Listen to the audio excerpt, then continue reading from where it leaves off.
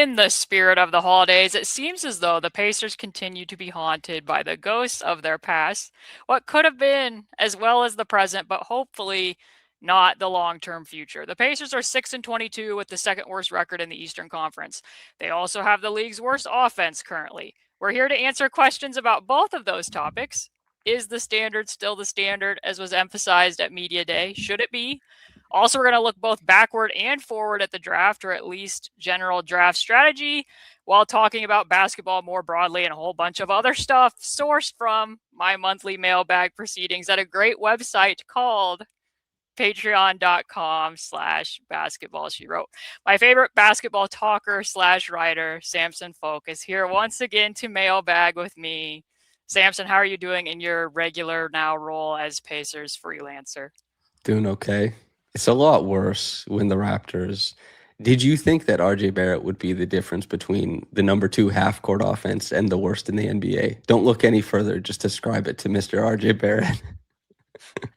Can't say I would have seen that type of drop off, but I also did watch, the Pacers being without Nembhard and Nesmith for a while, and when they came back, everything seemed to lock into place in ways. So you never know. It's an ecosystem, Samson. Yeah, I think. Well, it applies. Of course, the ceiling is not as high, and I would never convince myself that it was. But when you were making the point last year, like, yeah, the ecosystem really, really matters for this Pacers team. It matters a lot for this Raptors team as well. And you said on the podcast we did when you were describing Brandon Ingram's absurd shot making, you said ride the magic carpet. And the shot making has still been pretty great for him. But the Raptors' avenues to playmaking, supplying shots for role players has not been. It's not Tyrese Haliburton level of spray ahead, make plays. They've yet to fill that role. That apparently, I don't know if there's a way to fill it. The Pacers are suffering from this as well. As your guest, I tried to exude positivity because I was a guest, but I also tried to hint some subtle warnings throughout that podcast of what might be to come. Yeah, we don't have to talk about the Raptors though. We go straight to the. You were the person talking about the Raptors. I have to inject them in because this. I'm sure Pacers fans, they probably saw I seemed a little bit too happy about what was going on over here. So now they can. What's the term? Schadenfreude? Is that how you say it? Return to the constant state of basketball gloom. Is that what you're? The next time I see Rick, he asks me, how's the season going as the Raptors are on like a 12-game losing streak? I go, great. The first question, we'll start out a little bit broad and get more narrow, and there will be timestamps for all of these included in case people just want to hop to their specific question or, of course, skip ahead to the highly anticipated popsicle of the month. The first question comes from Zachary Barnett. When studying film, what is it you look for when a team is either free-flowing or calling plays? What are the actions that give either away? And I'm going to hop off the top and take this one before I turn it to you, because I feel like that's the easiest way to answer. And the first thing that I will say with regard to this is, if you want a more in-depth explanation of this, Rick Carlisle and I recorded about an hour-long podcast about the genesis of random offense and how he sees that. And his short but very, I thought, thoughtful and insightful response was basically that when you're playing random, it looks like jazz music because you're hoping that every possession is going to look different. But in terms of my analysis and what I'm doing when I'm trying to explain things to people, these are the things that I'm looking for. This is from the playoffs against the Knicks, and typically the Pacers play random in two different types of ways. So the first way is going to come from what Samson was talking about earlier, the hit-ahead passes, the spray-ahead passes, coming from Tyrese, where they're looking to just simply play with pace. So they're going to look for the ball side hit ahead first and foremost. They like playing with the two-side fast break as much as they can, go across the grain of the court, and then you're going to find Aaron Nesmith and attack a broken court. In the reverse of this, the Pacers are going to look for that as much as they can. If it isn't there, like say after an opposing team makes a free throw and maybe that opposing team drops back into a 2-3 zone, then they're going to call a play. And most of the time, if a team is going to play in the half court, you're going to see Rick or Tyrese signaling for one player or another. In this case, you would have seen them going like baseline, because that's what zone buster they're going to run here against the Clippers, which is going to be, in a way, kind of like a double drag, only against a zone where Ben Shepherd then is simultaneously going to run quote-unquote baseline and try to overload it to create a numbers advantage. If they don't get the top options that they want out of that or any other initial action that Rick or Tyrese may call. Then they're going to go into the other type of way that they play random, which is pace after. They're going to start playing out of triggers based on where the ball came to rest and based on the situation. Like, if there's a switch, maybe it's a ghost screen. In this case, if it comes to rest with a forward at the wing, it's almost always going to be a quick toss and chase, meaning Obi's going to toss it parallel, typically to a guard, and then chase his own pass with a screen. Because they're switching at the top of the zone, he slips it and then happens to score around, everybody's favorite coveted center on the market of each Zubats. On the reverse of that, since Zach also asked about opponents, Sam said we don't have to talk about the Raptors, but we are briefly going to talk about the Raptors because this one's also informative. Cross screen. Cross screen. Crunch time against the Pacers in Toronto. Cross screen for Brandon Ingram against Bennedict Mathurin, who was guarding him at the time. Ben can't contest that release point. So the Raptors call the exact same half-court action again. The Pacers switch it. You can see the catch gets much deeper for Brandon Ingram against Pascal. Pascal made a lot of possessions tough on Brandon, despite what the end of this game ended up being. And then here, when you're asking me, like, what specifically am I looking for, you can see Darko in the background. And right before the camera pans, he starts to make the X again with his hands to Scotty. So then I knew, they're just going to call the cross screen again, but with Scotty to target Ben. The Pacers knew this cross screen was coming, so they're going to double from the weak side elbow. The Raptors didn't get anything out of this again, so then the Raptors decided at the end of the game, or rather Brandon Ingram decided at the end of the game, you know what? Pascal Siakam has 5 fouls. The different ways that we've moved players around the court weren't really working, so, structure goes away. We're just going to play, and I'm going to shoot over the top. As he said, Pascal was at his mercy in that situation. So those are the ways of what I'm looking for. So very short summary. They're going to random comes from pace, the initial push and transition. Then it's going to be some form of a half-court action, typically fairly simple. They're going to go through order of operations, and that's what they refer to as pace after. It looks random to us, and even with that toss and chase, that's going to take on different character depending upon who the player is at the wing doing it. But I wrote a piece about this, and Rick also went into detail about it. But if you have anything that you want to add in your experiences of how you differentiate between those two things, have at it. Yeah, a great example of how it's going to manifest differently each time is like Ben and Andrew both go to cut across. And then because they're both trying to operate out of the order of operations and fulfill one of the roles, and it's Andrew who ends up being like, oh, okay, I'll stay in the corner and keep it filled. And he wasn't like stunting in this high level. It was like just two guys were like, oh, okay, we can't both be doing the same thing. Let's fill a role. And that's a huge part of what makes like this type of order of operations basketball really important, is that everybody actually participates. There are a lot of players you can watch who don't really participate in the order of operations, who don't fulfill the role they're supposed to, and it leaves the team kind of like hanging in the lurch sometimes. I don't see that happen with Indiana very often, although it does with certain players a little bit more than others. But other teams like the Raptors during this stretch where they've been, we just showed their highlights and lowlights technically, where they've been the worst offense in the NBA over the past 13 games. They've gotten worse at the head. They've gotten worse at playing 5 guys operating each in a role, and they've been backsliding, I would say, towards more boring, rote basketball. And buy-in is really important.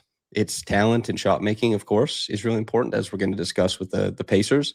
But for myself, identifying it, I don't know it as in depth for the Raptors as you do for the Pacers. But typically, I'm just associating like what I know about the structure of NBA basketball, what I recognize after watching, like, oh, this is a set action, they're running this, and typically how players operate. And this is a hard thing to explain. It's kind of like if you watch enough, a lot of the viewers of this or listeners of this podcast, obviously, evidenced by the questions, understand basketball at a very high level. You people listening as well probably recognize it to some degree. Like there's a level of intentionality and a little bit of like lack of imagination during a set play. It's like, okay, I'm getting to this spot. You can tell it's that's how I notice it, I suppose. You can also, like, when I first started podcasting with Evan and then with you and then, Bowser, you realize there's people who are scoping the sidelines endlessly. Like, what's the tell here? And I've never been that type of guy. But for the people who read the game exceptionally well at speed, you can start looking for other things on the fly as well. And the thing is that I would say, like, it obviously takes creativity to be able to draw up a set. But I talked to Adam Mares about this when we were covering the finals when I did the All NBA podcast that he does. And I think that the best sign of tremendous coaching is the teams that can continue to play without a play. And the 2024-2025 Pacers were the best team that I've seen do that. So they were incredibly good at stacking actions. And yeah, it might be a nerdy thing, but all the times that I was going to high school basketball games on scouting trips with my dad, I was always amazed because most of the time he was watching the sidelines as much as he was the court. So now I've kind of picked up that habit. It's just, that's why it's like, oh, Darko just made the X. I guess we know what's coming. But well, on top of that too, as a player, you know this, and many people listening will know this. When the defense gets to rest as the offense tries to collect itself, that's a huge win. There's like the first action versus the rest of them is a huge win in the NBA.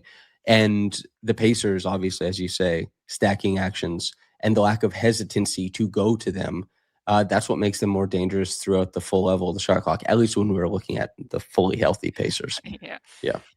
These questions kind of go hand in hand in a way. So Andy Hunsucker says, so the Pacers made a big advantage for themselves by playing fast the last couple seasons, but in their gap year, other teams are trying to do the same. Will they still have the same advantage when the team is healthy again? So I believe the nickname you coined was the immaculate exception for Tyrese Haliburton. I just saw a clip of Kevin Durant talking about if your point guard doesn't make hit-ahead passes, your offense isn't going to be as good as it can be. Kevin Durant, I think, has always had a very strong understanding of like strong offensive principles. He is not the greatest playmaker, but I think he understands what plays need to be made, especially when he watches other players do it. He's right on there. And I'm watching a team, and I'll stop referencing the Raptors at some point, that wanted to do hit-ahead passes. And there's been a lot of teams that wanted to pick up full court. There's been a lot of teams that are saying, let's go be the Indiana Pacers. They've been missing that one essential ingredient. His name is Tyrese Haliburton.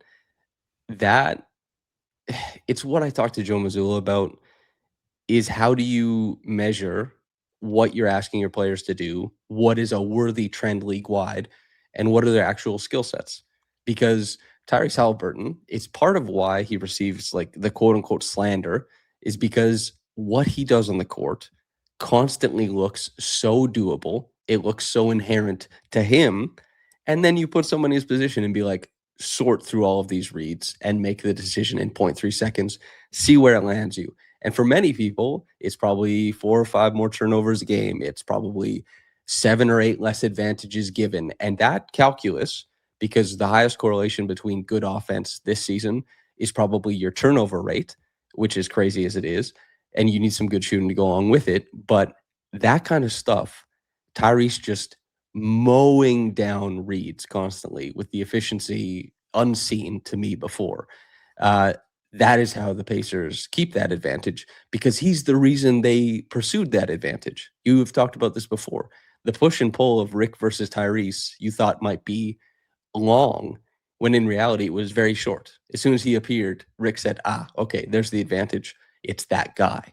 So despite teams probably getting better at it a little bit, Tyrese is the defining trait of this play style for the Pacers. And that's almost exactly what I'm going to echo as well, except I'm going to add a couple numbers to it. So the Pacers averaged more advanced passes per 100 possessions last season than any team in the tracking era going back to 2013-14. This season, Miami's actually topped that mark. So now the Miami Heat have the top mark over the tracking era. The NBA as a whole this season is averaging more hit-ahead passes than any season in the tracking era. But what I will tell you is, of the top 10 teams that are doing this, so we're looking at Miami, Orlando, Cleveland, Toronto, Golden State, Phoenix, Chicago, the Pacers, Minnesota, and Washington. What you're going to notice is only 2 of those teams have a top 10 offense. Only Orlando and Minnesota. I think that Orlando's move toward pace has been very valuable for them this year. And when you watch, I think that this has been an important addition. I'm not going to say that it's unimportant for the other teams, but they aren't executing it as well as last season's Pacers were, despite the fact that they're attempting to do it. And to be quite honest, when you're talking about, other teams pressuring the ball Just this overall concept of attacking a broken floor, and that the fact that the ball moves quicker off the pass than the dribble is the current Pacers aren't executing it as well as themselves. While you're doing this, Yeah. like the Wolves and the Magic are barely in the top 10 as Yeah. well, like clinging on by the skin of their teeth.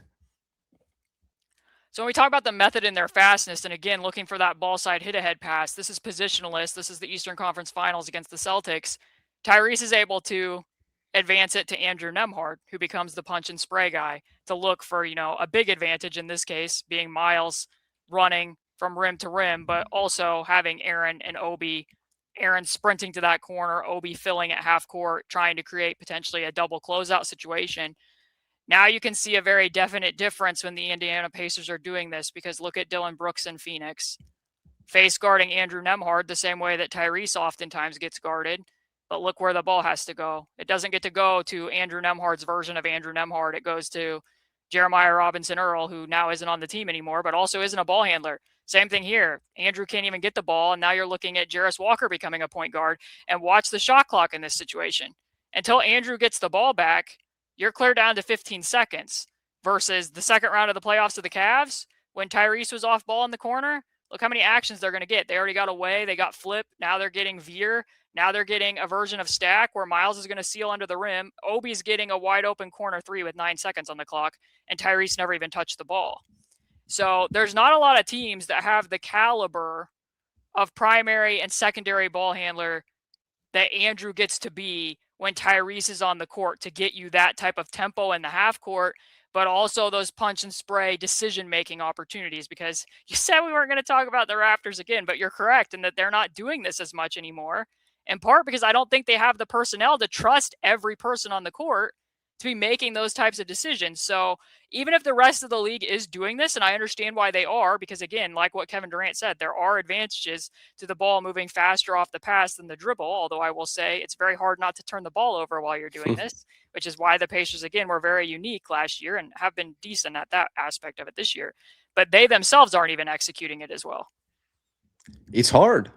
You have to be, not to overuse the term mapping, but court mapping is really important. It's that awareness of, if you ask the player, I don't think they'd be able to explain it perfectly. I won't explain it perfectly now, but basically your brain is constantly, your eyes are taking snapshots of what's known. And that when your head is turned and you can't see things, it's referencing back to that when you're trying to play make against that.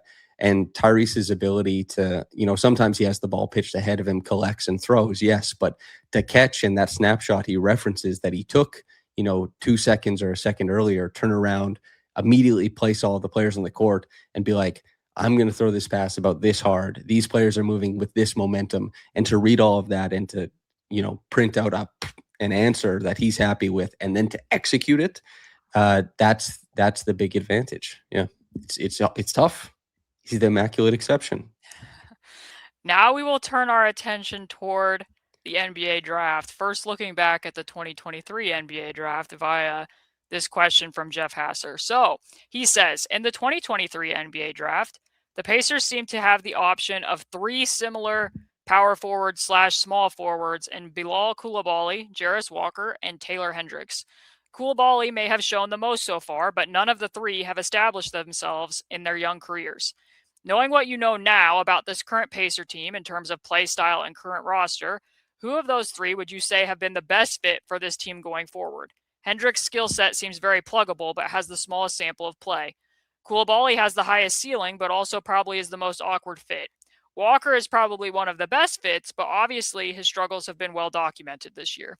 Part of the reason I ask is because the Pacers may be in a position to draft another large wing this offseason, based on projections for the top of the draft, and I wonder if you think there are lessons learned from those three that may give insights to how this team can evaluate future talent. And before I turn that question over to Samson, I will quickly say that, and I don't want to misrepresent this, but that year there were 4 players that the Pacers brought in for solo workouts: Jarris Walker, Taylor Hendricks, Cam Whitmore, Grady Dick. To my knowledge, Bilal Coulibaly did not have a solo workout. I don't know that they were actually considering drafting him. They did technically draft him in what became a trade to the Washington Wizards, but I think the other 4 were more so the options that they were considering. So I think an easy way to kind of compress this question is I'm just going to ask Samson, how would you redraft those guys? Would you still draft Jarris, knowing what you know now if you were the Pacers? So I wouldn't have drafted Jarris in the first place. Trey and I actually have this big joke because we were doing draft coverage. And when we first discussed Bilal Coulibaly, he was an early second round prospect. And we were like, this guy should probably be a lottery pick. So we jokingly say that we started to give his upward momentum because of the copious amounts of executives who watch our podcast. And Bilal Coulibaly, I think, is the like front runner in this group by some measure. There is something to be said about where you get drafted and how that affects you. Jaylen Brown and Jason Tatum, I think, are such great examples of this. They've grown in such unique ways as players. Jaylen Brown probably has grown more similarly to what people thought Jason Tatum would grow in. And Jason Tatum has grown in unique ways that he becomes this unique ballast for how the Celtics want to operate defensively and from a rebounding perspective that you probably wouldn't have thought. And Bilal Coulibaly, despite some of the catch and hold stuff that has grown in his game with Washington, I suspect it may not have grown there if he's playing along with Tyrese Haliburton. He's also an unbelievable transition threat, despite his limitations in the half court, the ability to like pick up his dribble from 18 feet and finish at the front of the rim with a dunk, I think would be an excellent asset for the Pacers. Despite a goofy comment on Pascal Siakam once upon a time, I do think that Bilal Coulibaly is a supremely talented defender. And while his jump shot is missing currently and maybe has been for like a year and a half, I think he is the far and away best player there. Do you want me to just keep going and ranking Sure, these why guys? not? Okay. Why not? Now, Grady. remember, this is a Pacers big board, not just like Yeah. ranking them by a talent. Yeah. I'll go to the end then. Grady Okay. is fourth. Grady Okay. can't play in the Pacers system. And also his 3-point shot, he's been messing with his mechanics. He's shooting like 31% this year. Something it's not going well. He's very young. He's very young for a movement shooter. He'll have time to, try and resuscitate his career going forward, put muscle on, etc. But Grady right now looks like a horrid fit for the Pacers. And I suspect that's why he didn't get selected. Because you see the limitations in his game currently would be he just wouldn't be able to exist on the floor. He wouldn't have played at all during their playoff run. He wouldn't even really play during their regular season last year. He can't be there.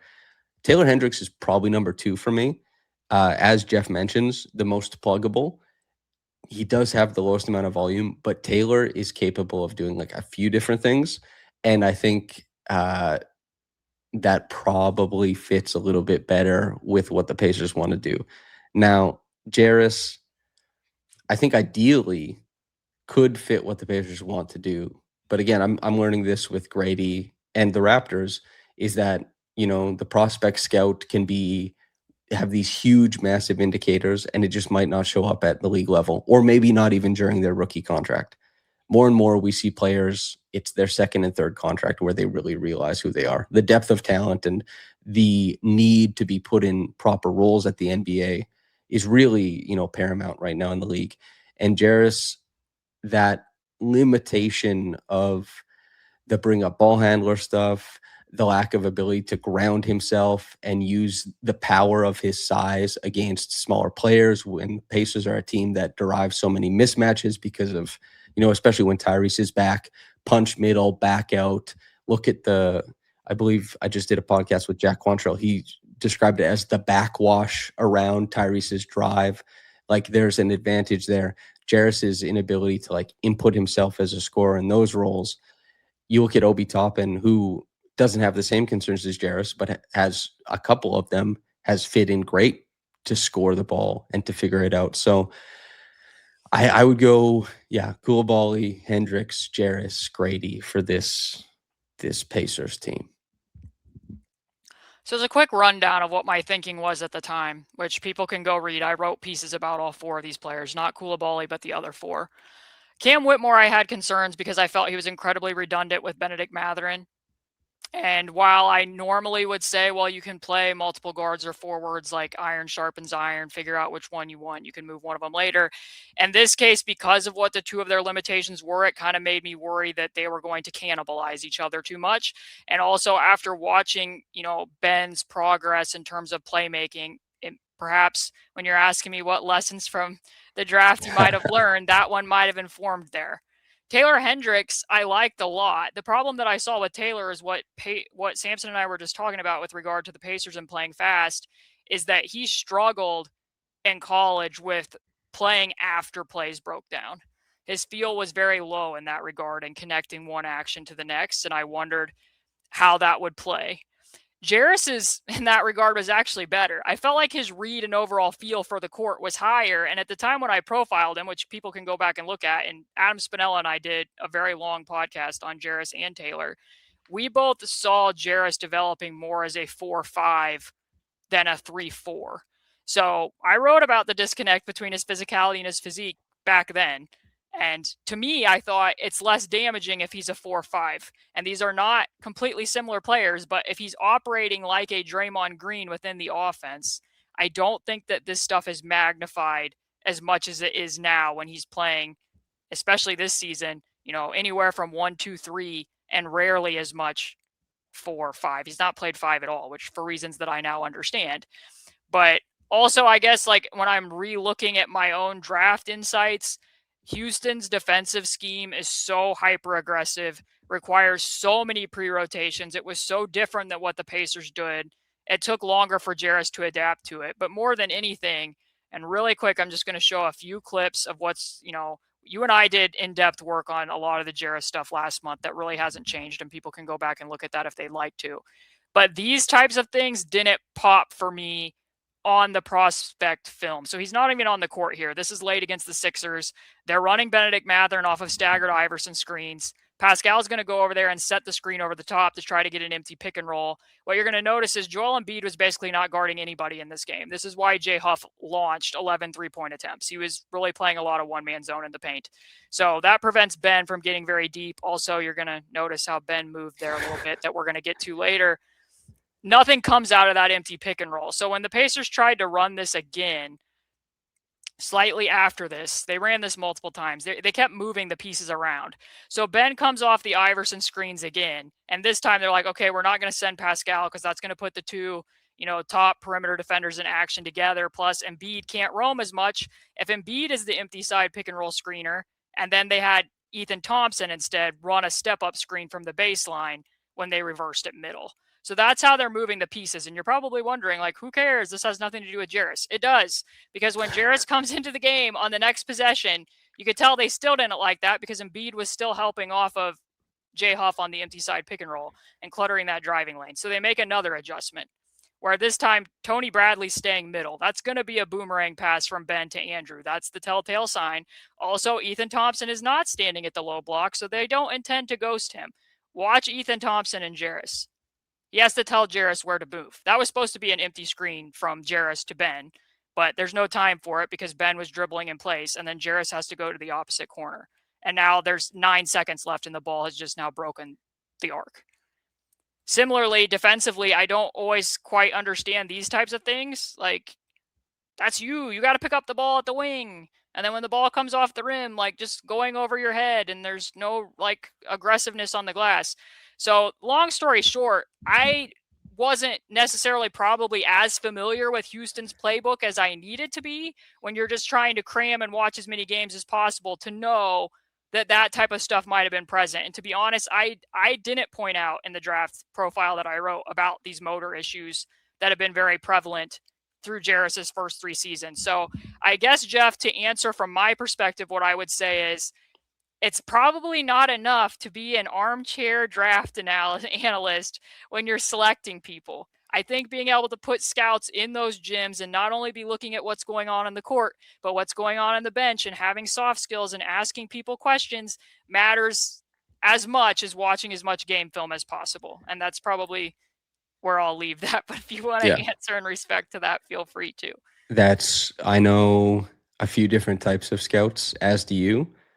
Some of the smartest scouts I know have trouble like getting their feet in the league because they don't want to do the soft skills of trying to find like personality quote unquote defects in what is like kids basically. Yeah. It's not fun. Like No. it's not ideal. But if you have this, you know, a franchise is worth $1 billion, everyone wants to achieve at the highest level, you go searching for defects is even the wrong word, right? It's like it doesn't manifest towards maniacal, let's say, competitiveness or something like that. And looking for that in kids is tough. And even as you said, like discussing Jarris's motor, you chose not to like highlight it because again, Jarris is like a young man, and that kind of stuff could evaporate the moment he steps into the league. So, do you really just focus on, you know, putting a guy down for that kind of stuff? A kid, it's tough. It's not an easy job. And I will say, I still believe in Jarris's tools. I still think that there is a good basketball player there. I just think maybe the fit and scope of how he becomes the best version of himself is narrower than what I might have anticipated, even though, like I said, I did think like his best viable path was going to be more as a 4-5 than what. And understandably, the Pacers, which I didn't reference, traded for Obi midway through the year. Part of the problem, too, and this isn't Jarris's fault, and I wrote about this after training camp that year, that he was going to be a microcosm for the Pacers because in many ways, the Pacers were ready faster than he was. So it became evident in that run to the in-season tournament, like Tyrese is competing at an MVP type level. We have to do the absolute most we can to maximize what he's doing. They traded for Pascal. As soon as they traded for Pascal, Obi went to the bench. All the minutes at the 4 are gone. Jarris has to adapt to playing a different position. Like there have been things that haven't worked necessarily in his favor. That being said, he's had all the opportunity in the world at the beginning of this season. And I think at a certain point in time, you also have to rescue yourself. But this has kind of been a complicated situation for him. I still like Jarris the player, and I still think that there's a possibility that he could level up from where he currently is, but it's been tough this season for sure. Uh, and a final thing, the rescuing yourself, huge thing. The huge difference between a lot of players once they get into the league is like what you, because players are, all rookies are bad, basically. There's actually a couple this year that are good, which is crazy, but all rookies are bad. Some of it is speed of the game, some of it is development. And what players do once they're in the league is a huge indicator. And a guy like Jarris, if he shows even a shred of willingness to work, there's probably like 25 teams in the NBA who are like, we will put you on a minimum contract because your tools are that good. And then the Grady aspect is like Grady is a guy who will have to reinvent to some degree. He's tweaking his jump shot. He's putting on like pounds and pounds of muscle. He's trying to do that currently, but he's not, you know, as big as Jarris is, and he probably doesn't have as many tools as Jarris does. So it will look different. But you got to put in a lot of work in the league. It's the best league in the world. It's tough. The depth of talent is insane. Another draft question. John Nolan, I don't think the Pacers should tank, but if we end up in the lottery, what position should we draft? Big wing or center? Okay, so very clever piece of business, getting your guys' pick back. Whoever made that decision, my cap, I tip to you, a doff of the cap. I'll tell you this much: I have a draft philosophy, basically, I think it's going to be the same as mine. which is that unless a big seems transcendent, Yeah. like don't touch a big in the lottery. Yep. And you go look at the teams, and I did this last year. I don't remember everything perfectly, but you look at the teams that have a good big that are at the top level. The level of investment is basically like we managed to get like a top 3 pick big on their second contract or third contract. We managed to get, you know, the 34th pick big who is truly excellent and developed at an insane level once he got into the league, or there were misconceptions around where he was. Like Biggs is very like, this guy, it's so clear he's going to be incredible versus take a shot on somebody. Zach Edey is perhaps, you know, moving things a little bit the other way, but he was a very underrated prospect, I think. And I mean, you never know really how size will translate. But that's my general thing is like transcendent big, you go for it in the top 10 the lottery. Otherwise, you got to try and swing on something lower. And it looks like the Pacers I wouldn't go for a big probably. We are of similar thought process. Of course, completely polar opposite situations because the Pacers are in need of center depth and specifically a starting center currently. But that was in part why I wasn't in favor of when they drafted Goga. Not only because they already had Miles and Sabonis on the roster, but when you have a higher pick, that's where my thought process goes as well, unless this person is Wemby or Joel Embiid. Like, let's be honest, the Pacers could be having their highest pick potentially ever in this offseason. I would rather go, big wing guard even than over center, just because I think that there's other ways that you can find and fill that position. That's just my general, this is not even me. I have not even looked at any of these prospects in the draft to really speak heavily educated on this process, but At any that's given just where I'm time, at. there's 3 or 4 capable bigs who are just floating around the league. Yep. Go find them. You don't even have to draft that guy. Just go find the guy in the league right now. Is it Day'Ron Sharpe? I don't know. As an NBA team, go figure that out. Hartenstein is the easiest. Myself and Blake Murphy in 2020, we're doing a podcast, and Hartenstein signed a 2-way contract. And we said, oh, man, would have liked the Raptors get him. And then you just say over the next 4 years, oh, would have liked to get him, would have liked to get him, would have liked to get him. And he's not exactly the guy he is now, but he's pretty damn close. He was just like a really strong center sitting around that so many teams could have grabbed. Just go get the good guys. Goga is the same thing. Like, it didn't happen with the Pacers, but he's a good big. And the Magic were like, yep, we'll just go get that guy. Just go get the good centers in the league. You don't have to use a draft pick, really. Anyway, I'm sound exacerbated. No, I won't say that. I won't say that.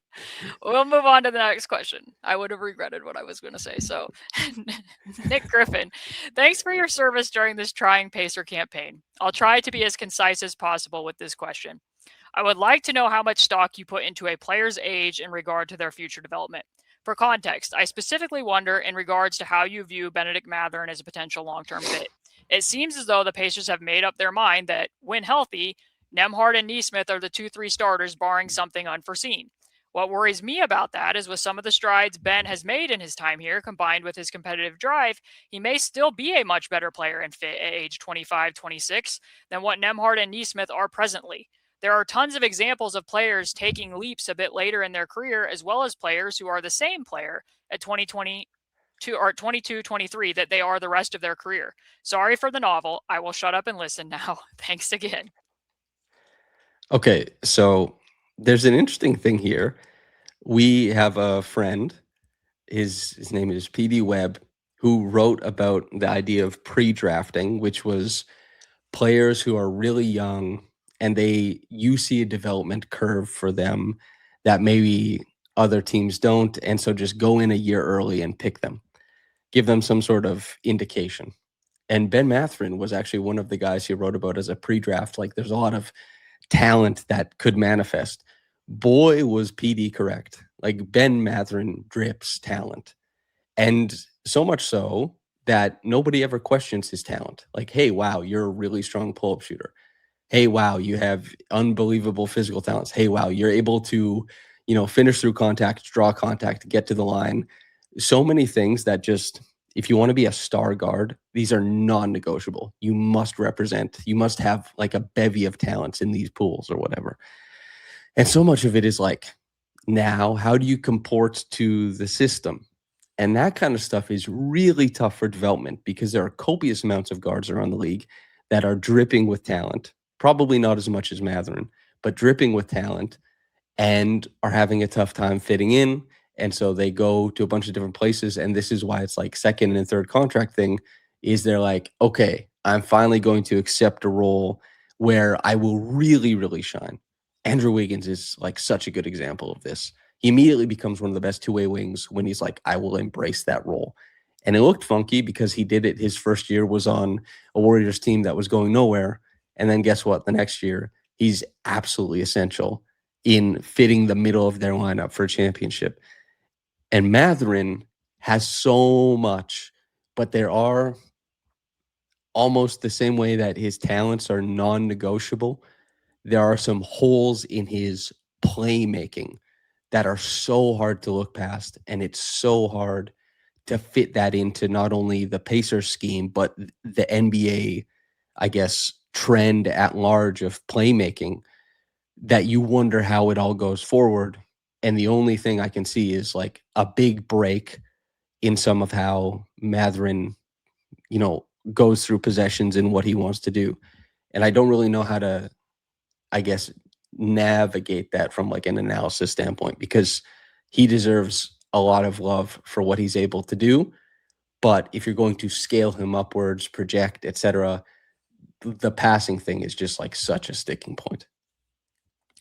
Okay, so I was on Setting the Pace for 2 episodes last week. They asked me a few questions about Ben, and my honest answer was, since Ben came back from the toe injury in November, I've had an incredibly hard time evaluating what he's doing on a basketball court.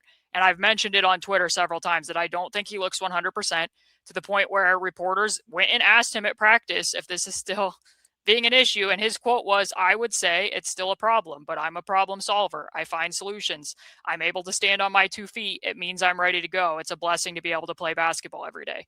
So clearly he wants to be out there, but clearly the limitations are still there. And by the numbers, he's currently, since that game on November, averaging the fewest drives per 100 possessions of his career, the lowest rate of help that he's seeing. So it's not because he's seeing way more help that this is occurring. He has his lowest blow by rate of his career at just 20%. He's attempting the fewest shots between 0 and 3 feet of his career, and he's converting the fewest shots between 0 and 3 feet of his career. So a lot of what he's doing right now, which I give him credit for, especially on this basketball team, is he's one of few people, which might have changed after the game against the Pelicans the other night, but he's one of few people shooting above 40% on both catch and shoot and pull up threes. Their corner 3 conversion rate has gone up since he returned because he's taking more corner 3s, and he's one of few people making them.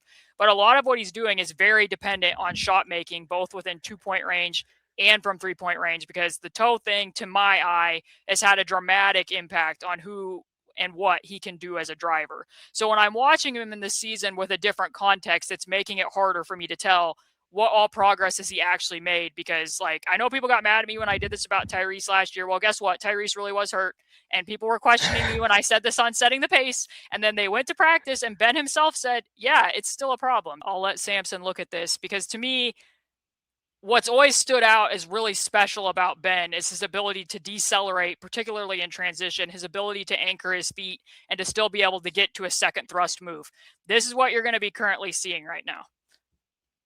I'm just going to let all these layup clips run on all these drives, and you tell me if you think that this looks like the normal Bennedict Mathurin. Some of these games were ones that you wrote about, because he doesn't look like he wants to take that last step to pass off of his last foot. Right here, that's like incredibly awkward to me. It's the right toe. He doesn't want to drag the right toe to slow down. If he does, it's usually a bailout back out to the 3-point line. Like, to me, it just looks like a lot of limitations for a guy who very much wants to be on a basketball court, not only because he's in a contract year, but also because he really, really loves playing basketball. So it's making it a little bit harder for me. That being said, in addition to those, what to me are pretty clear limitations here, I'll let you comment on that. If you don't think that this, if you think this looks like normal Ben, then feel free to say, I think that you're making an excuse for him and that looks like normal Ben. But I'll let you comment on what you've seen of him as a driver since he came back against the Pistons. Yeah, last step. I mean, I talk about this a lot because there's a last step. Last step driving is, I think, one of the most underrated aspects of driving. And I know teams pay attention to this a lot, but probably discourse didn't have the verbiage to be like, why are guys who seem unathletic so good at controlling the middle of the floor and finishing? Is like the power on your last step, the control you play with. And Mathurin has always been, I think, like supremely talented at it and has the physical prowess to do so. And he's one of the actually few players in the league. There's probably like maybe 15 of them who have first step and guile and last step burst. And it makes for like a really compelling driver. And he's clearly been sapped. Some of that just isn't there right now. Now I'm not just shooting bail for Caitlin. I genuinely believe this. Well, because Samson knows he's fine. I've told him many times that he doesn't have to agree with me, and he can argue with me if he would like. But that being said, as Samson noted, the passing stuff is still very present. He has more turnovers than assists this season. He has more turnovers than assists for his career. We can talk about what qualifies and what should get marked down as an assist. You still don't want to have more turnovers than even, non-advantage creation assists. And it still stands out in one specific way because for his career, he drives to his left more often than to his right. And the issue is he really struggles to make live dribble passes with his left. That should have been a wraparound or at least like a two-handed pass to Jay Huff in the corner. And he ends up getting his own shot and putting it back in off a putback. But you can see pretty often that these passing reads, when he's driving, especially to his left, this should be a wraparound with the left hand directly to Jay Huff under the rim or to TJ McConnell in the corner. Those passes just don't get there when he has to make them with his left. Defensively, I wrote a piece about this, why the Pacers didn't stack up against the depleted Knicks the other night. It was very telling to me that the Knicks, similar to what the Pacers have done in the past, they're using Jalen Brunson now as the stack screener rather than him always having to be on ball. He gets used as a screener a lot more in Mike Brown's offense than he did in Tom Thibodeau's screen to Jay Huff, so Jay Huff snagged on it, and then it ends up being, a wide open dunk at the rim. They try to overcorrect, or at least Ben does, where now he's going to communicate that back screen, but he stays attached to it because before he attached too early and was trying to receive collect when he didn't need to when Andrew stayed in front of the ball. Here, Andrew didn't stay in front of the ball and Ben's staying attached to the screener, and now it's a wide open layup and Andrew's pointing into the wake of why wasn't there a switch? And then, as you'll tell, they took a timeout because Bridges scored on Ben and they rearranged the matchup. So they put TJ on Bridges, put Pascal and Andrew deeper into the defense so that they would be able to communicate the background and help rotations. And they put Ben on collect to guard on ball because honestly, he's not as good of an on-ball defender as Andrew or Ben Shepherd. But if you put him on ball, then you have other people able to communicate and perhaps, minimize some of those mistakes. So this was a little bit better, at least where TJ switched, although there was still too much space giving up a shot. And then on the last one, Bridges just set up TJ and curled around the wide screen rather than rejecting it. And this needed to be a meeting of three. Ben needs to be smashing down. Jay Huff needs to be actually containing the ball, and it ended up being just a wide open layup. So I show those clips in succession because that happened from the end of the third over the top of the fourth quarter. So in terms of Nick, what you're asking here as far as age is, at least right now, while I acknowledge that Ben has some limitations here, the things that need to change for him to leapfrog over either Aaron or Andrew in the starting lineup, I'm not really seeing a lot of development in those two departments. Because when we were talking earlier about, every team's throwing hit-ahead passes now, or every team's ball pressuring now, what advantage will the Pacers have? The advantage that the Pacers had is that they have Tyrese and Andrew to both run offense. Ben isn't to a point right now where you're going to have him be that punch and spray guy that Andrew's been in the past. In fact, when Andrew was getting full court guarded by Asar Thompson against the Pistons and the home crunch time loss, the pressure was to such an extent that Ben Shepherd ended up being the secondary ball handler at after halftime. So that kind of tells you where they're at with Ben's overall ball handling and initiation skills and ability to make passing reads. And then defensively, while there have been games where he's been better, those types of coverage mistakes over, like, no offense, but a simple action. Every team has a game plan for what they're going to do against stack. That wasn't some even really masking the stack action. Aaron and Andrew aren't going to have those same types of issues. So in terms of age, even when Andrew was a rookie, he was already showing very high level feel as a defender where you knew this guy's going to be special in that way. So the Pacers have a great example in the past. Victor Oladipo made a tremendous leap for the Pacers when he was 25 years old. The difference being is three things changed. He went from having Russell Westbrook as a guy who was averaging over 35% usage to Darren Collison, who was a very low usage spot up 3-point shooting point guard. He brought Sabonis with him, who ended up being one of the best screeners in the NBA to help shake him loose a lot within the Pacers offense. And also, he had a dramatic body transformation that summer, and he worked very heavily to pair skills with that athleticism. All those things coalesced for him to really blossom at age 25. Those types of things can't happen, but Ben's kind of already experienced two different contexts here, right? He already had the context of playing the Tyrese Haliburton-fied way, and now he's having this other opportunity, and those two things aren't quite clicking consistently yet. So my answer to you would be, it's entirely possible that Ben might be a better player at age 25 or 26 than Andrew or Aaron Nesmith. Certainly, that's possible. That's on the table. Do I think he will be a better fit in this starting lineup than Andrew or Aaron at age 25 or 26? Probably not. Not based on what I'm seeing. Something would have to really change for me to change my opinion on that.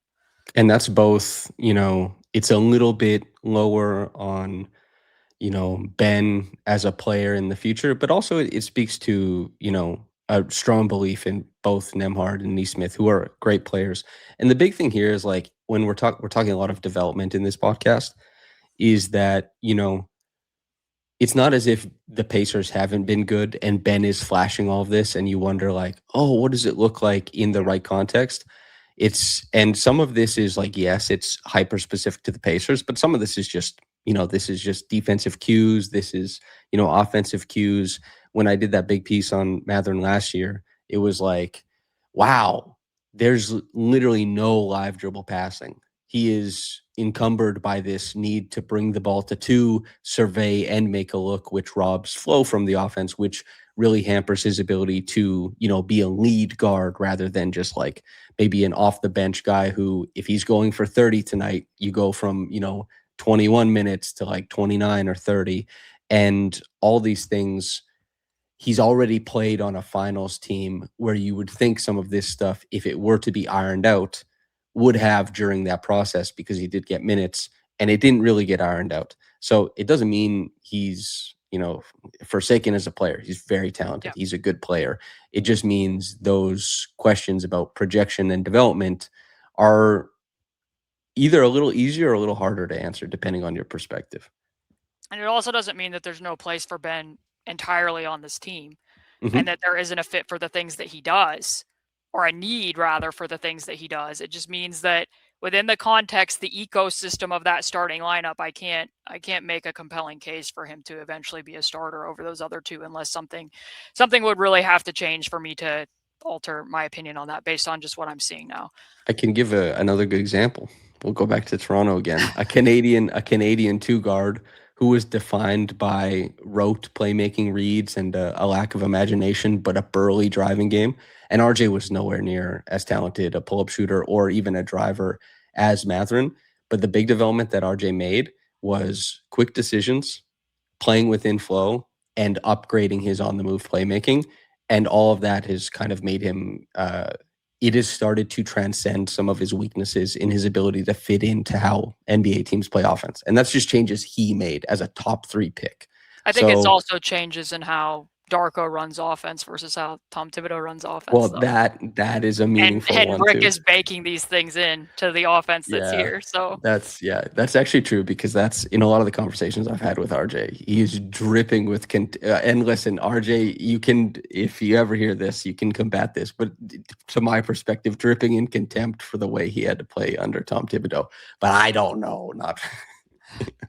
Okay, this next question is really the meat and potatoes of this podcast. This is a very difficult one to answer. We're going to have to go through a lot of things here because this one took me a lot of time to prep. So Craig Lindemann says, I'm trying to make sense of the worst offense in the league.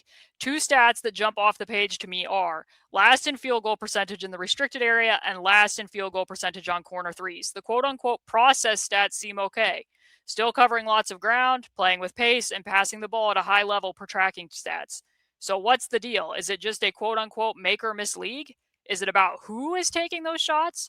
Or is there something in the process of generating the league's most valuable looks that is tanking the results? So really quick context here. Craig is correct. They still have the 30th ranked offense in the NBA. They still rank 30th in restricted area field goal percentage. And they currently right now, from what I looked at, rank 29th in corner 3-point percentage. That being said, since Bennedict Mathurin returned, on November 17th against the Pistons, the rim percentage hasn't budged that much for reasons that we just talked about because he hasn't been that effective as a driver. 25th in rim field goal percentage or a playmaker, but the corner 3 rate is up to 12th, I believe, since his return, and that's not the only thing that's changed. Obviously, Garrison Matthews is playing. Other people have also gotten healthy. There are actual point guards playing at the same time and separately that was not happening at the beginning of the year. So some of these things have budged, but on the overall, still 30th and 29th in those 2 categories. So I want to start with the corner 3-point percentage. So this chart, to explain for people that they're looking at it, corner 3-point attempts per 100 possessions, 3-point percentage, and then the differences. The numbers on the left in each column are last season versus this season. So for instance, Obi Toppin has barely played. So he's only attempted 5 corner 3-point attempts this year by comparison to last year when he attempted the most for the Indiana Pacers. That's why I wanted to present it this way. That's where you can see the drop in percentages. The biggest drop offs, obviously, are Obi because he hasn't played. The difference between Miles Turner and Jay Huff because of how the two of them are getting used in the offense. And then the fact that because Andrew Nemhard's a primary ball handler, he's not spending any time in the corners anymore. Whereas Bennedict Mathurin and Jarris Walker are spending more time in the corners. And then obviously a pretty big drop just individually from Aaron Nesmith dropping by 11 percentage points. So what stands out on that chart to you as to why the Pacers have had such a dramatic drop off in corner 3-point conversion rate? And also let me qualify this and say that I only put the people up on the chart who are carryovers and had any degree of volume. So obviously other people for the Indiana Pacers this year have taken corner threes, but they didn't make the numbers here. The really interesting thing is it's kind of what you and I, well, you brought up the stat and introduced it to me. We didn't discuss it so much as you illuminated to me last year that Miles above the break 3-point shooting fell off a cliff when it wasn't Tyrese passing him the ball. And, this year he's shooting 36% on above the break threes with the Bucks on massive volume. I think almost half of his threes are above the break, if not more. Almost half his shots are above the break threes. And that's an example of like, well, I guess it didn't have to be Tyrese, or it doesn't early on in the season. But I suspect some of that is like Tyrese shifting the floor, pushing to one side or the other. I'd be really interested to look on Synergy and see what percent of the Pacer shots are unguarded versus guarded, as wonky as some of those like hand tracking stats can be. But like, I can break and say that the heavily contested percentage on these corner threes is 50%. Last year it was 39.8. well, I think jump. okay, so I think even though the conventional wisdom says you can't affect 3-point percentage, that's just like a conventional catch-all. You contesting threes, I think, does create a difference. It does help lower 3-point percentage. Contested versus uncontested in the NBA there's definitely a difference there. That's a huge difference. And some of this is like, I don't want to be lazy, and I know you're going to allude that there's, many designs and answers here or things you can look at. Sometimes there's an energy in the ball and an energy in the team, and I hate to be like, ooh, about it, but when you're playing a style and shots are dropping across the team and things are going well, I hate to sound like a reductionist, but teams shoot better. And some teams, they have the juju. Some teams have the vibe, the mojo. And it matters. Like, yes, there's a difference in wide open 3 points for sure and heavily contested. You see the cascading effects of that. But also, when you have the motion, you have the motion. And when you don't, you don't. And this is just 3-point percentage stuff, but the at rim stuff I think is largely a consequence of having to dribble to the rim and also hierarchy, creating more difficult shots at the rim. And yeah, you go ahead. I'm spitting nonsense here. This is what I've seen on the film that I think is meaningful. So last year when the Pacers played the Nuggets late in the season, Tyrese did not score in double figures. He had 9 points. The Nuggets blitzed him or put 2 on the ball a lot. And when we're talking about, Tyrese's ability to pass people open, the Nuggets were a team that were helping from the tandem side. And I'm in favor of helping from the tandem side or the side of the floor where the wing in the corner is filled because you have a numbers advantage. But for a player like Tyrese, he's able to easily toy with Aaron Gordon. He's looking at Miles Turner. He's passing it to Obi Toppin. It's a wide open shot. Same thing here. He's toying with the weak side interceptor because they have to help Miles with Miles on that roll. Jokic is in kind of an in-between. Tyrese makes this look incredibly easy to pass a one-handed skip to the opposite corner. 2 things that stand out there. Last year, the only people who threw more skip passes to the corners than Tyrese Haliburton were LeBron, Luka, and Jokic. So Tyrese averaged 2.402 per 100 skip passes to the corners. Nemhard and TJ aren't close to that right now. Also, the reason Tyrese has 2 defenders on him so frequently against the Denver Nuggets is because he ranked top 10 in pull-up 3 volume. That absolutely changes the geometry of the floor because here's the Pacers playing the Denver Nuggets here, and they're going entirely under the double drag against Andrew Nemhard. Nemhard gets off the ball. They go under the handoff. They have to rescreen the handoff in order to finally force an over.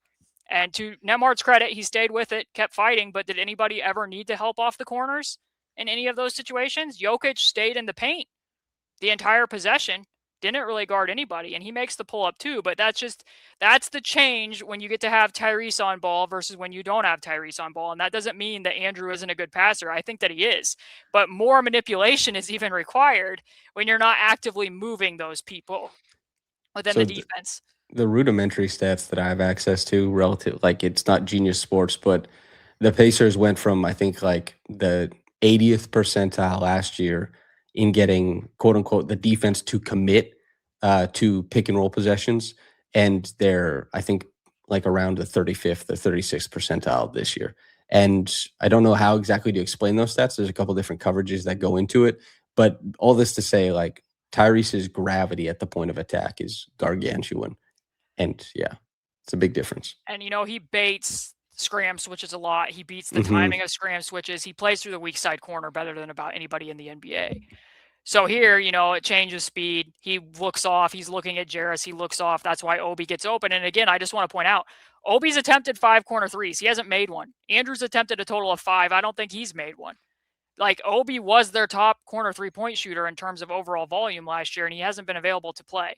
Next up, Aaron's obviously had a pretty big drop-off. And what stands out to me about Aaron's run of play, given that he's now been out for quite some time, is he's played a total of 78 minutes this year with either TJ or Andrew on the court. Most of his minutes came when there was nobody playing at point guard.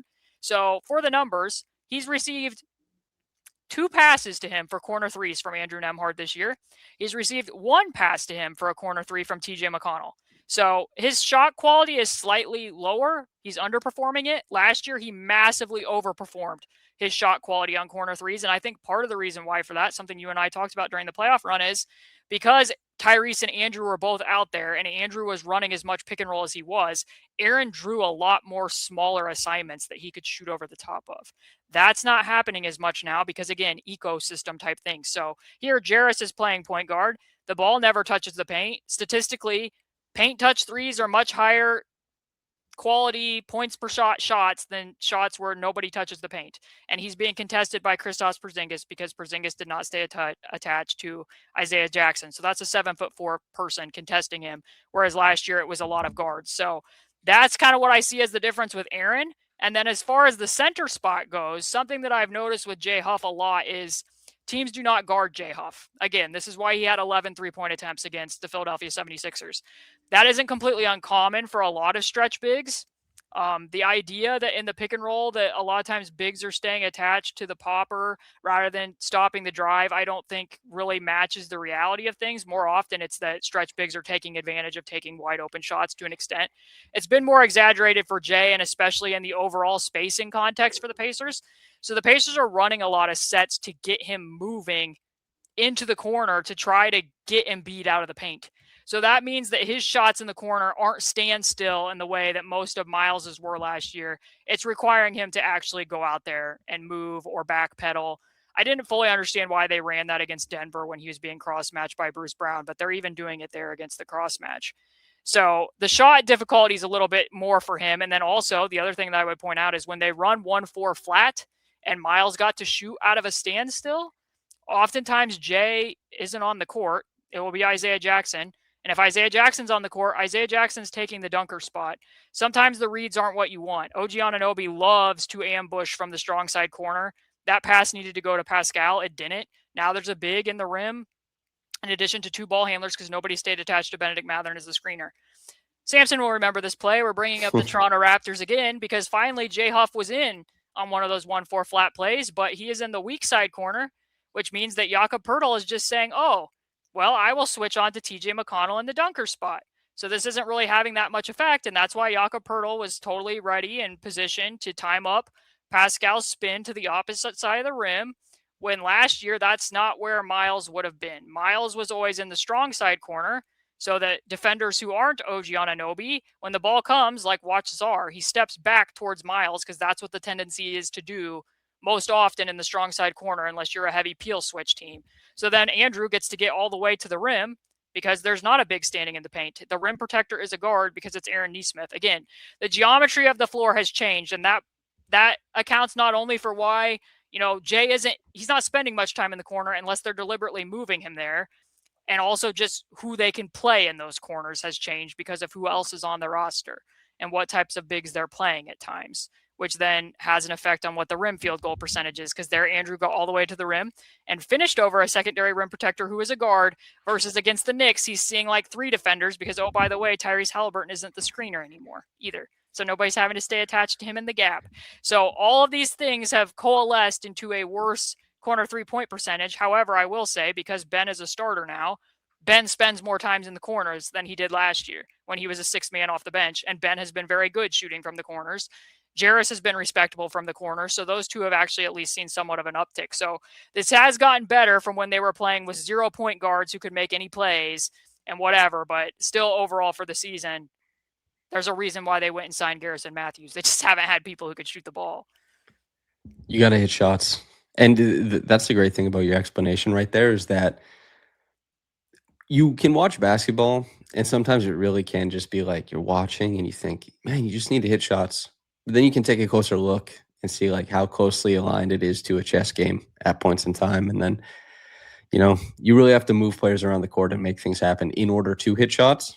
But then sometimes you just miss the open ones, which is that's tough. The other part of Craig's question was the rim field goal percentage, which again hasn't budged as the corner 3-point percentage has.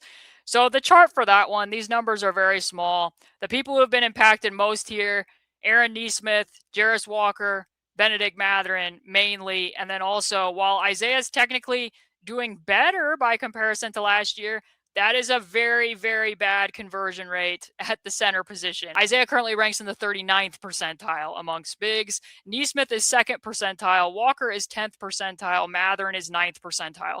We don't need to go into the Bennedict Mathurin thing again, because I again think that a lot of that, especially given that he's seeing the lowest rate of help on his drives that he's seen in his career, has more to do with what is going on with the toe.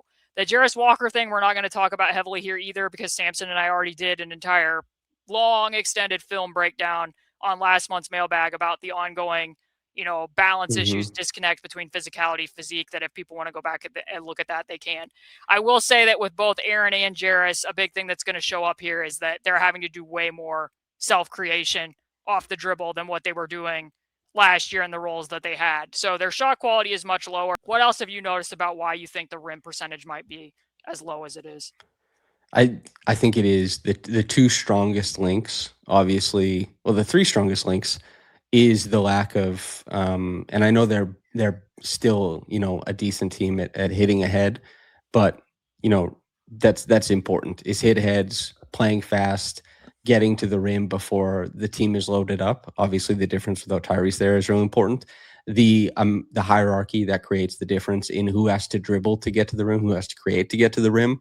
And overall, the, I guess, geometry of the floor, as you say, all those things create this big effect. The Raptors last year were a team that shot location, expected field goal percentage, loved, and they were a team that underperformed at the rim significantly. They were also a team that struggled for shooting talent overall, that struggled for pull-up shooting talent, and struggled with live dribble creation. I don't think it's surprising that a team that is not rich in these skill sets struggles at these things. And it's not guaranteed to make you a good offense. If you do have those things, you have to have like principles, you have to have play style. And it's not surprising that Pascal is still managing to do it, because he has had a reprieve from that type of offense for a little while. But this type of like truncated, go find it offense is actually probably a nice callback for him to his time in Toronto as well. So, yeah. Backsliding through a crack like a piece of paper in a door. Yeah. Operating out of that broom closet again. But real quick, the Pacers rank 7th in dunker pick and rolls per 100 possessions, and they're only scoring 0.836 points per chance out of those. Last year, they ranked 27th in dunker pick and rolls. It was just not something that they did often. But when they did do it, they scored over a point per chance, because more often than not, it was guards standing there. It wasn't Isaiah Jackson or James Wiseman or Tony Bradley having to occupy those spaces. They're still running a fair amount of spread pick and roll, but obviously the points per chance out of those is much lower. Tyrese averaged 7.3 passes per 100 to the rim last year. Andrews at about 5.2. So just a couple clips here. The thing with Isaiah that stands out to me is, and maybe you've seen this on Synergy Samson, is that only 18% of Isaiah's shots at the rim are dunks this year. That's down from 31% last year and 40% the year before that. So coming back from this Achilles injury, he just doesn't look like he's quite as bouncy as he once was. And obviously he depended on that a lot as a rim threat, which then kind of makes him look more like, a small ball five who is merely small sometimes, especially when he's out there against guys like Embiid. And to be honest, if I run that back, like again, Ben's toe thing, but also he has spent a portion of this season playing without any point guards on the floor. So that dictates what type of pass he's catching in that context as well. And then the thing with Aaron, because he's the only other player that will really look at things here, is I really would like Aaron to be more willing to take a pull up too once in a while. Obviously, he missed Jay in the corner there, but there's certain circumstances where some of these rim attempts I just think shouldn't be rim attempts and should be either floaters or pull up twos, because I think that would have helped him in a self creation spot if he's going to have to do more of that rather than trying to finish over three bodies. But those are the main things that stand out. I don't know that the rim percentage is going to budge heavily. The corner threes have made progress, and I think that it will continue to make progress, especially if Aaron and Obi get healthy and come back in the next month or so, now that they're actually going to get to play with Andrew and TJ on the court. So that was a really complicated question. I apologize if people were like, okay, I'm tired of staring at all those numbers on a page and other things, but in order to fully answer it, I felt like that was necessary. But we'll go ahead and head to the next one. I have one more insight. Okay. It's very short. I think the hardest thing to perfect in the NBA is the decision between extra dribble, pick up dribble for layup, pick up dribble for floater, and the lay down pass or the kick out. That is the hardest decision that gets made on the floor. And the guys who make those decisions are stars. And when they're removed, sometimes you have a player who is waiting in the wings who you're like, wow, he can actually do it. And sometimes you are bereft of that talent. And that talent is utterly essential and is really difficult, like really hard at the NBA level. It also might impact the team that you're currently watching, but both teams that you're currently watching. Mitchell Harris, if the Pacers aren't going to tank, but also aren't realistically competing this year because of injuries, what's the actual plan? Being a middle team doesn't seem to help anyone. We've seen teams like the Spurs and Jazz benefit or not from down years, but at least there's a direction. How do you balance, quote, the standard is the standard, when the reality that development, draft capital, and smart rest might be more valuable than grinding out wins in a season like this? And then to also say here, Ryan, another patron, asked almost the same question. Is the standard still the standard with the Pacers? If so, when should the standard not be the standard? And both of these people are referencing that this was heavily talked about at Media Day, that the standard of how they wanted to play and the culture of how they were going to play was going to stay the same, whether Tyrese played or not. I'm going to hold to my ethos around this because I think it's a lie otherwise, because when you don't pay attention to a team, it's so easy to think like, oh yeah, you just tank and then see if that team emerges. And the reason why you don't care isn't because you don't watch that team. It's because you don't care if they emerge at the end of it. And that's why I don't like tanking. I don't like tanking because, as you and I lay out, and more so you than me, and as I've covered a few different types of teams and I've seen the landscape of the NBA, like, yes, the champions of the NBA currently, they tanked, but it doesn't work without Shea, and it doesn't work without that year with Shea and Chris Paul. And you just need to be able to evaluate meaningful things. And if the Pacers do some sort of like late season tank or something like that to jump a spot, I don't know, that might be clever, but you need to be able to evaluate meaningful things. And the standard is the standard is important, because Austin Rivers hit it on the head when he talked about this. He said, like, the cushiest job in the NBA is that of like a tanking coach, a tanking front office, all this kind of stuff. Because what are the stakes and what players emerge from these contexts? And how often do these players emerge from these contexts and are starved to exist in another one? OKC is not, I don't think they're an example. I think they're an exception. almost to the point of immaculation, if that's a word, like Tyrese. So I want the Pacers to keep competing hard, and I'll tell you why. Because it's only netted them 6 wins so far anyway, and keep Exactly. seeing where you can go. And even if I end up being wrong and there's somebody comes out with like, this big study that says tanking is, 2 standard deviations better than not, I got to hold on to this. I believe in competition. I believe in seeing players do important things and letting that, because how often is it that players like Tamani, listen, the 2023 NBA draft we just talked about, it was a vaunted draft class. People talked about how incredible it was. There's not a lot of players out of that draft class. And a lot of the players, would they be better in one place or another? I don't know, but it's tough to bet on that stuff. Would you have known that Tamani Kamara was like a top 8 player from that draft so far? I Like wish. Keontae George has had like an awesome season so far. I'm excited to see if the Jazz make the leap and he's like a guard on a winning team. You know, how do these things actually manifest? It's so difficult. And when you just have players who are in the league now who are ready to pop if they play winning basketball, and then you get to see, because so often you see players play on teams that aren't doing anything, and then when it comes time to play winning basketball, it just doesn't translate.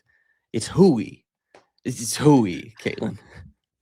Okay, so my answer to this will be somewhat similar in that, headed into the cup break, the Pacers had won 5 of their last 10 games. They had a top 10 defense over that time. I wrote about some of the adjustments that they made to do that. Coming out of the cup break, they've now lost 4 straight, including, trailing by 20 plus points to both the Washington Wizards, which Samson wrote about, and the New Orleans Pelicans, who admittedly are playing better basketball of late. All of this is to say that they're 6-22 on the season.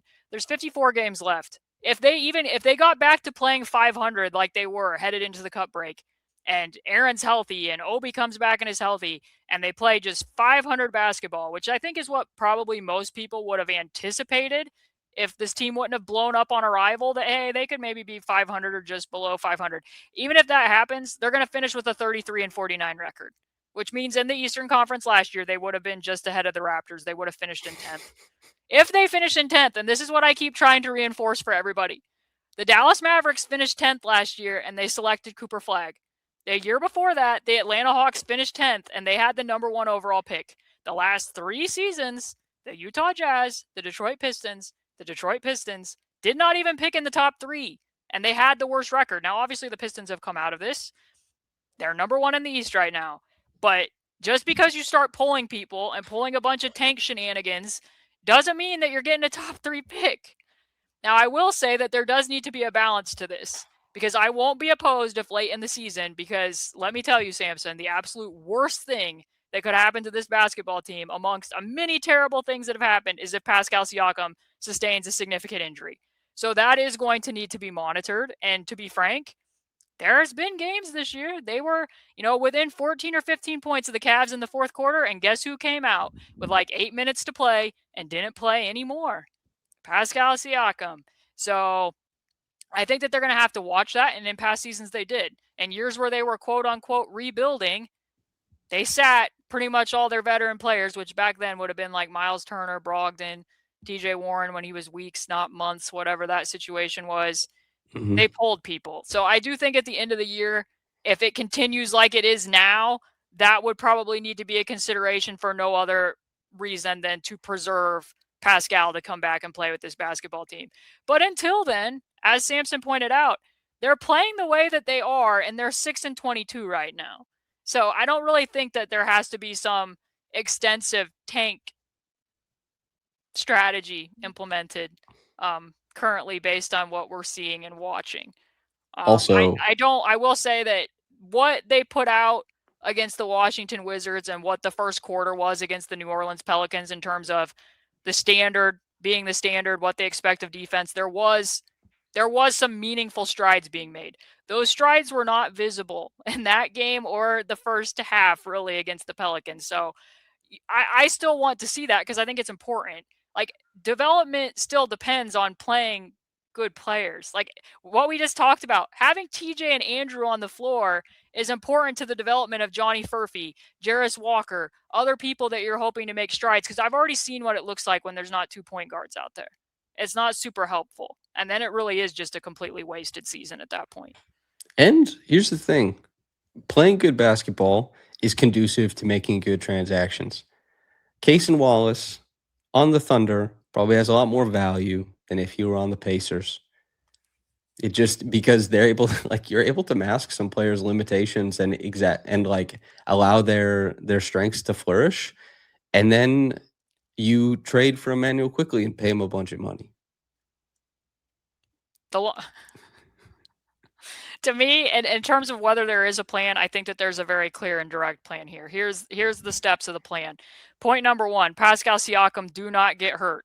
Point number 2, find the long-term center of the future, whoever that's going to be. Whether that happens via trade, whether it does They should get happen Wemby via the draft. Yeah, I mean, that would ultimately probably be the best thing they should do.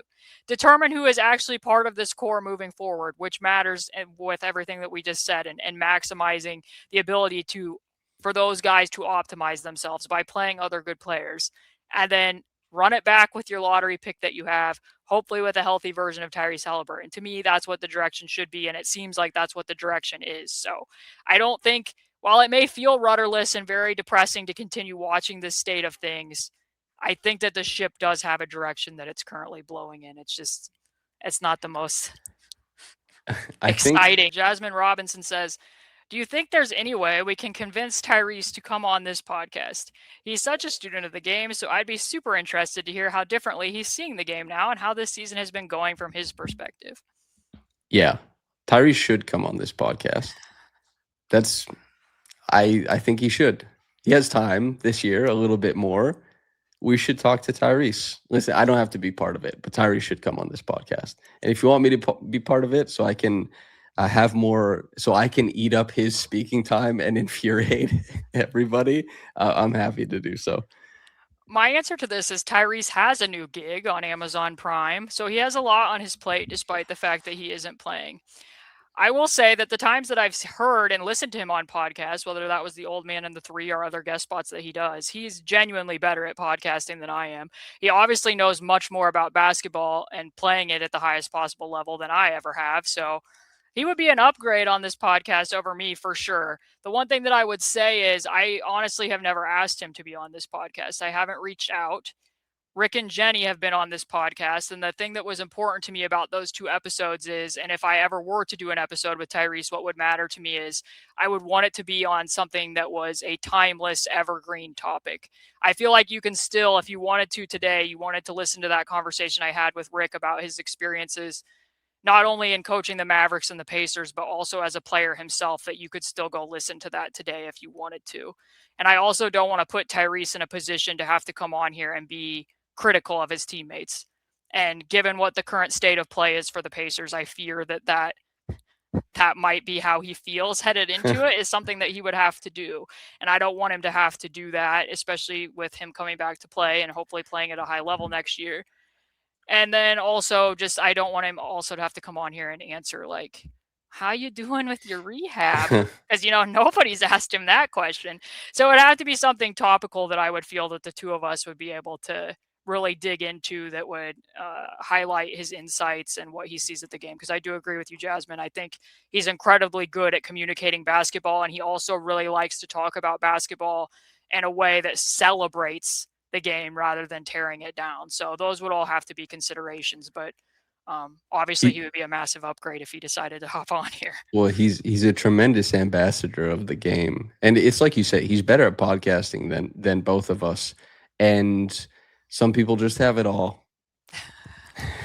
That's if you wanted to really, you could bring Blake on instead of me for like 20 minutes and have them talk about wrestling. I'm sure Tyrese would be. I think that would soften things up because he'd be able to connect with Blake just about like John Cena and other topics.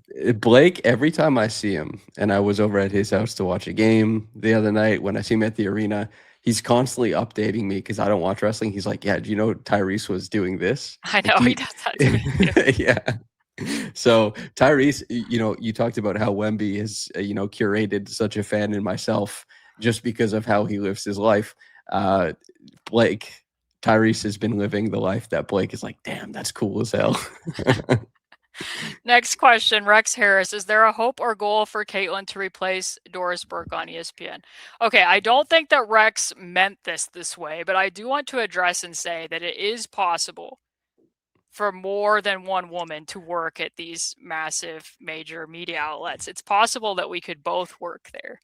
I don't think that's what you meant as far as like just my own individual aspirations. And I will say this of Doris, she's a huge inspiration for me. When she headed into the 2024 Eastern Conference Finals when the Pacers played the Celtics, she was on the Rich Eisen show and actually shouted out this podcast and the work that I did. Samson and I ran into her at the NBA Finals, and she was incredibly kind to both of us. So the word replace, no. Again, Tyrese is better at me than podcasting. Doris Burke is better at her job than I am. So there wouldn't be any replacing. As far as like upward mobility, I am very focused on working at where my feet are currently planted and doing the best possible job I can do at that job. Because if you're not, other opportunities aren't going to come. And I've never seen this. I've never seen covering the Pacers as less than. In fact, I think one of Samson's other favorites, DeMar DeRozan, might have touched on this at one point in time, in that there's an NBA champion every year, but only one person's going to be the best player in franchise history at a team.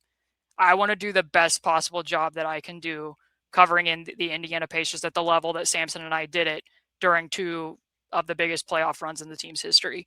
I don't see that as something that's necessarily less than, and I don't think that the people that are listening to this podcast are either. So, when Indy Monthly says that Basketball She Wrote was the best sports analyst in 2025 of all the major sports, that's not something that I take lightly.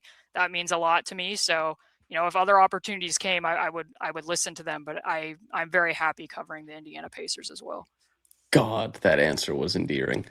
That is you, and this is something I can attest to.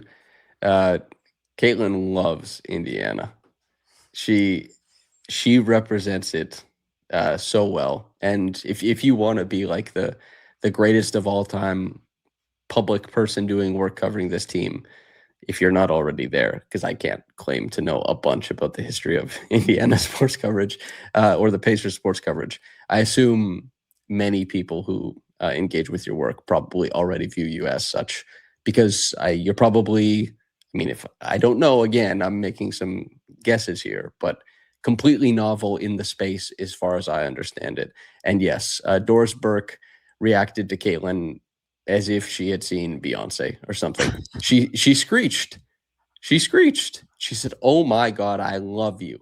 And I was like, if you had been a person, I guess many people witnessed that interaction, you would think that Caitlin was a star of stars. And it was very clear that Doris watched every podcast, it seemed like, and was just like, I love the work you guys are doing. And she's able to, learn stuff probably from Caitlin's coverage and convey it on the national broadcast in a tremendous way. And, imagine if you guys were able to do that as colleagues or something like that. It would be cool. I will say that Doris also recognized Samson when she came out that door as well. This wasn't a one woman show, and I don't see it as a one woman show. This podcast wouldn't be as good as if I didn't have a co-host, and I very specifically picked the co-host that I have because I thought he was the best at it. So, all right, there we go. Luke asks, this is a fun one. What is the most memorable Christmas gift you've both ever received, or what is your most memorable holiday moment? So my most memorable holiday moment is always like from ages probably 9 till 20 before I moved to Mexico. Christmas was always at Grandma Judy's, basically. And everybody would come over, and it was like nuclear plus extended family. And we would, in the morning, you'd open presents, which was like super fun. You'd have a nice little lunch. We'd start watching basketball all together. It would be on the TV. She had such a cozy living room, and we'd all sit around and talk. And For like 7 years in a row, myself and Max would argue with Uncle Ron about LeBron being incredible because Uncle Ron was obviously like Michael Jordan is the greatest of all time. LeBron, can't hold his shorts.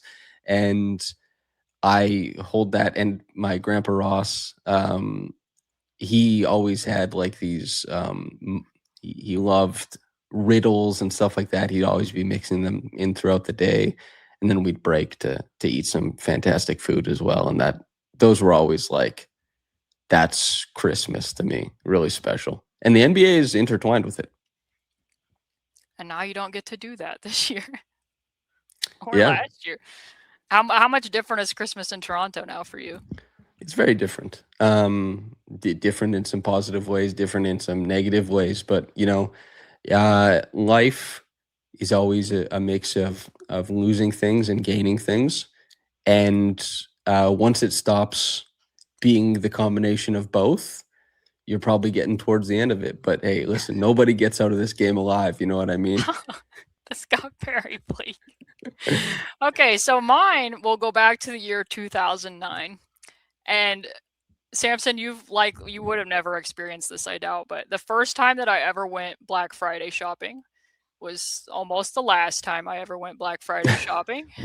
Didn't really enjoy that all that much, but I went with my sister and brother-in-law. We got up at like 3 in the morning and drove to the stores that we were going to go to.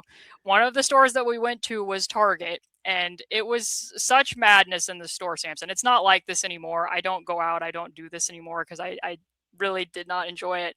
But if you went back to the Christmas section, that is not where the sales were.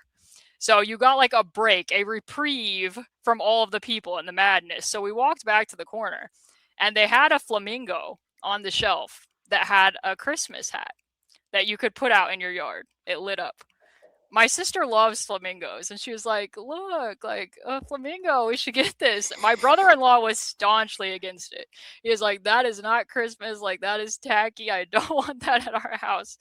So I could see that my sister liked it. So I decided, I was like, I'm just going to tell him a story. So I made up a story about, it felt to me that this flamingo's name would be Fred. So I named him Fred.